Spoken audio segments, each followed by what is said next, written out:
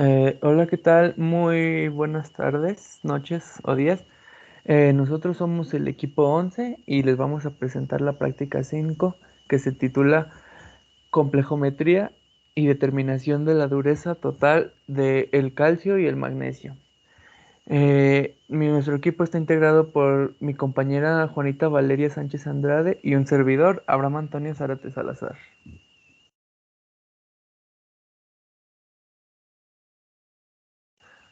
Bueno, como resumen, tenemos que en esta práctica se determinó la dureza de las diferentes muestras de carbonato de calcio y agua en diferentes valoraciones medidas entre tres alícuotas, utilizando EDTA o ácido etilendiaminotetraacético como titulante, además de la preparación de una disolución patrón y un estándar.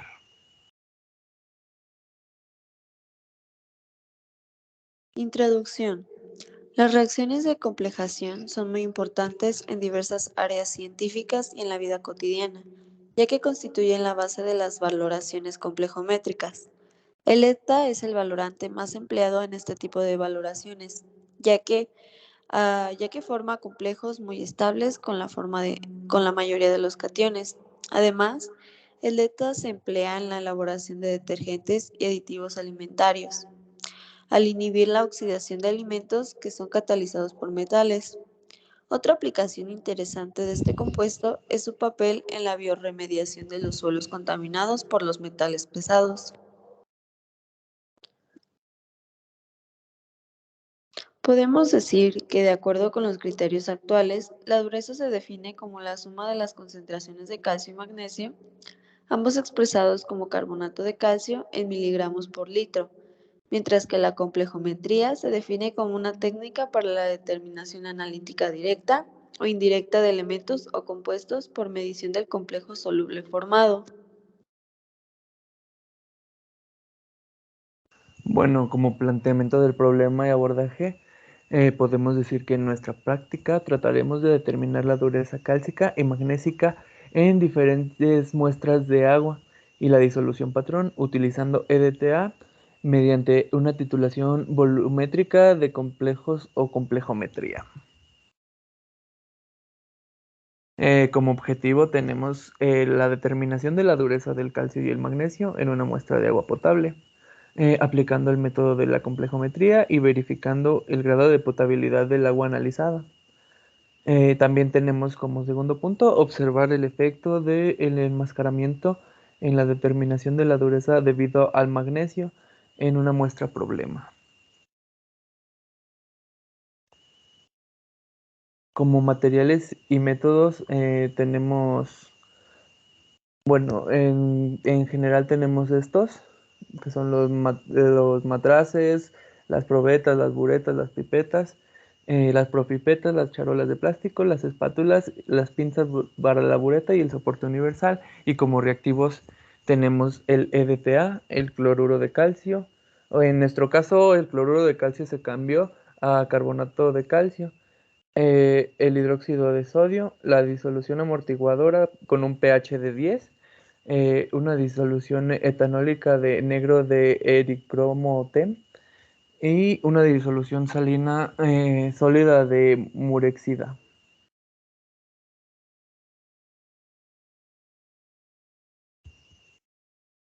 Como parte uno para la preparación de las disoluciones, se hicieron los siguientes pasos. En el inciso A se preparó la disolución de ETA del 0,1 molar. Cabe recordar que el ETA ya se nos entregó elaborado, simplemente mostramos los cálculos que utilizamos, en el que se necesitaba alrededor de 0,930 gramos. Para la preparación de la disolución patrón del carbonato de calcio, a 0,01 molar, o también la llamamos como la disolución A, requerimos de 0,1 gramos de carbonato de calcio, al cual al pesarla en la balanza analítica obtuvimos de 0,1048 gramos. Se requirió también de 1 mililitro de agua destilada, se agregó ácido clorhídrico gota a gota hasta disolver, las cuales no tenían que ser mayor a 10. En este caso fueron 9 gotas y se tenía que llegar a forar en un matraz de 100 mililitros.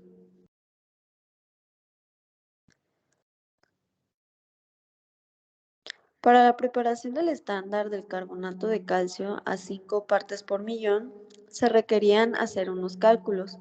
Como habíamos obtenido anteriormente 0.1048 gramos, estos se multiplican por 1000, lo cual nos da 104.8 miligramos.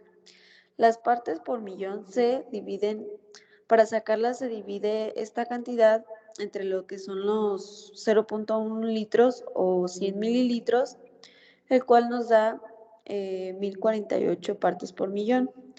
Se utiliza esta ecuación que es de la concentración y el volumen, en el cual nosotros requerimos sacar el volumen 1.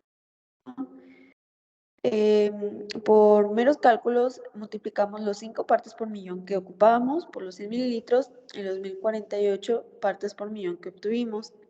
Al final se requirió, por medio de una micropipeta, sacar los 477 microlitros. Sin embargo, se tomaron 480 microlitros ya que la micropipeta falló un poco, es decir, que al darle vuelta no atinaba en sí el número exacto y el más cercano que tenía era de 480. Siguiente, por favor. Para la parte 2, la valoración de la disolución de ETA, se realizaron 3 alícuotas en matraces Erlenmeyer de 125 mililitros, cada una con 25 mililitros de la disolución A, que en este caso es el de carbonato de calcio al 0.01 molar, 5 mililitros de la disolución amortiguadora, que en este caso es de pH 10, y 4 gotas de ericromo negro, que se abrevia ENT. Después, mediante una bureta de 25 mililitros, se agregó la disolución de ETA, en el cual apreciamos el cambio de color, que era de un rojo vino, como si un rojo vino, a un azul claro. En la tabla que se muestra ahí, acomodamos en los números de muestra con sus correspondientes volúmenes gastados de ETA. Siguiente, por favor. Bueno, según los cálculos, para comprobar la concentración del carbonato de calcio, dividí los 0.1048 gramos que obtuvimos entre el peso molar del carbonato de calcio entre los 100 mililitros, el cual efectivamente nos da 0.01 molar. Entonces, por cada alícuota de 25 mililitros, esta se multiplicaba por el molar y nos daba como 0.250 milimol. Cabe recordar que un mol de calcio y magnesio es igual a un mol de EDTA. Un mol de carbonato de calcio entonces es igual a un mol de EDTA, por lo cual se hace la igualación. 0.250 milimol de carbonato de calcio es igual a 250 milimol de EDTA. Para sacar la concentración molar para cada muestra, este se dividió entre los mililitros gastados de EDTA. En el primero observamos que era 32.1, en el segundo 32.1 y en el 3 26 mililitros. Como podemos observar, los primeros dos son iguales y el último fue el diferente. Ya al hacer la suma y dividirlo entre 3, nos da como 8.33 por 10 a la menos 3. El cual se tenía que sacar con la desviación estándar y nos daba de 0.0089089. Siguiente, por favor. Para la parte 3, con la determinación de la dureza total en agua potable, agregamos aproximadamente 50 mililitros de agua corriente o de la llave en un vaso de precipitados de 100 mililitros. Después, en 3 alícuotas de los matraces Erlenmeyer de 125, a cada uno agregamos 10 mililitros de agua potable, 5 mililitros de la disolución amortiguadora de pH 10 y 4 gotas de NT. Por consiguiente, hicimos unas observaciones con la muestra 1, 2 y 3. En la muestra 1 llegó a titular con una cantidad de 3.3 mililitros de EDTA. Después, para solamente corroborar, se le agregó un poco más a 6.1 para notar algún cambio en el color, pero este no sucedió. Al igual que la muestra 2, de 3.5 pasó a 7.4 solamente como experimentación y tampoco ocurrió algún cambio en el color. Y el último, al llegar al 3.2, llegó exactamente al color que se requería. Siguiente, por favor. Como podemos ver en la imagen con los cálculos, podemos observar que el indicador viró de rojo rosado a azul claro. Ahí se ve claramente la cantidad del EDTA que gastamos. En la muestra 1 gastamos alrededor de 3.3, en la muestra 2 de 3.5 y en la muestra 3 de 3.2. Al hacer los cálculos, al multiplicar los volúmenes de gasto del EDTA por la concentración molar por el peso molecular del carbonato de calcio por 1000 entre el volumen de la alícuota en mililitros.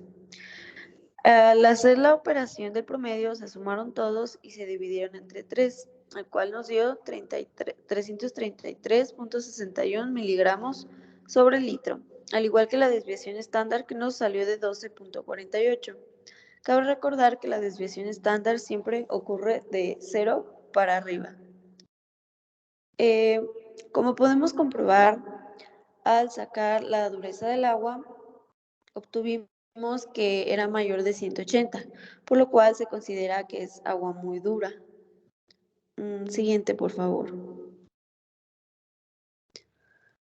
Para la parte 4, como dureza debida al calcio, se tomó aproximadamente 200 mililitros de agua corriente en un vaso de precipitados de 250 mililitros.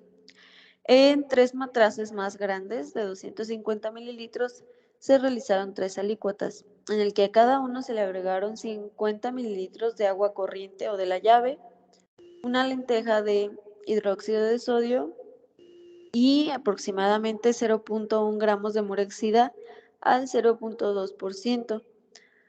El número de muestras se divide, está como acomodado de 1, 2 y 3, en el cual en el primero se muestran los gramos de murexida utilizados, que son 0.1194, en el 2 son 0.1061 y en el 3 0.1109. Como podemos ver, el volumen gastado de EDTA no cambió mucho. El primero fue de 1.9, el segundo de 2 y el tercero de 2.1. Siguiente, por favor.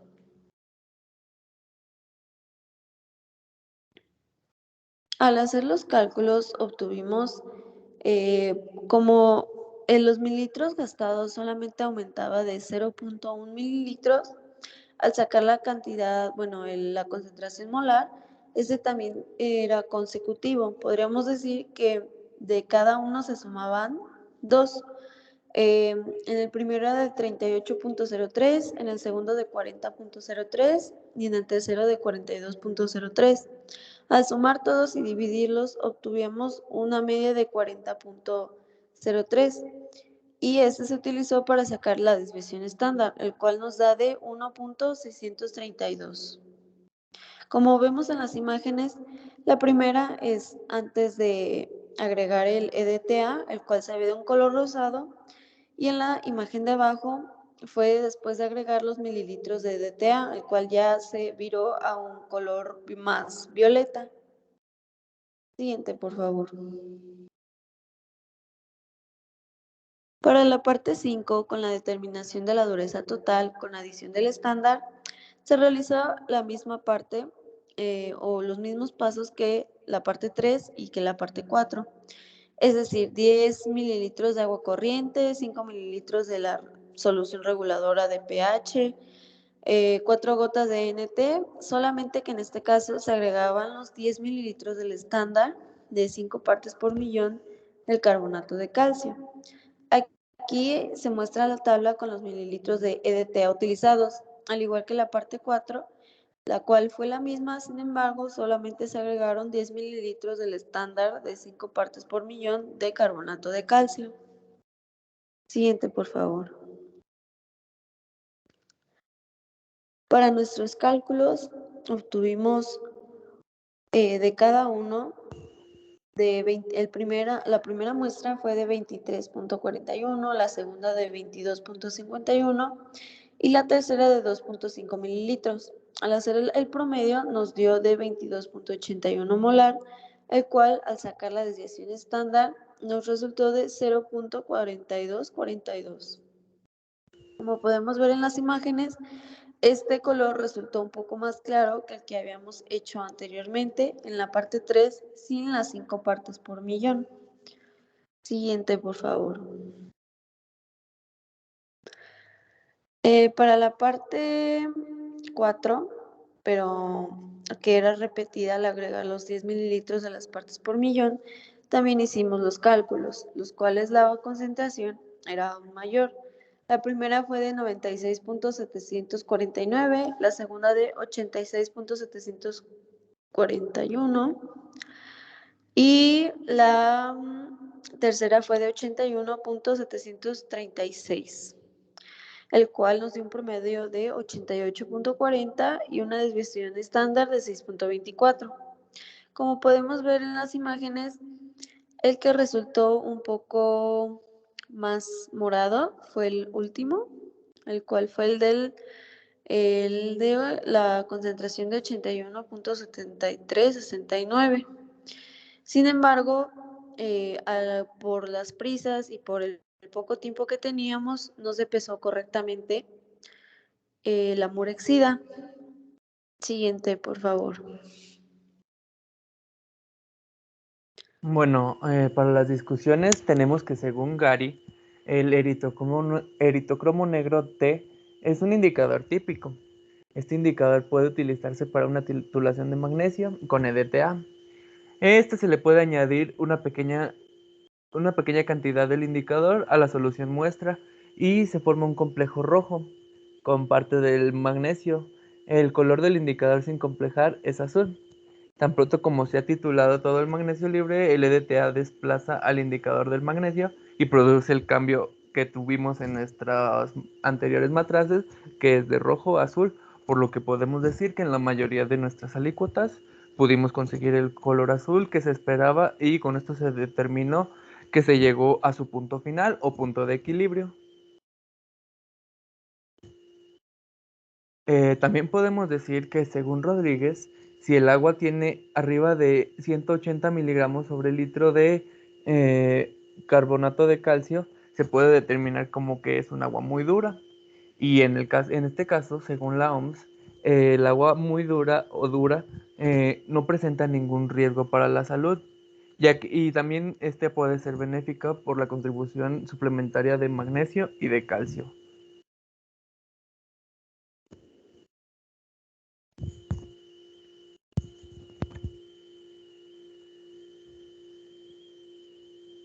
Como conclusiones podemos determinar de realizar de manera satisfactoria la mayoría de las valoraciones de complejos.